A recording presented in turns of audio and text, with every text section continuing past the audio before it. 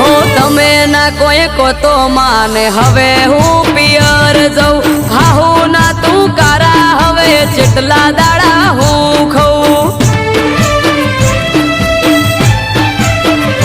એ ધજિયા બાંધી ઘરના ગોંડી મળશે તને શું સમજો તમે આવું બહુ સમજાવું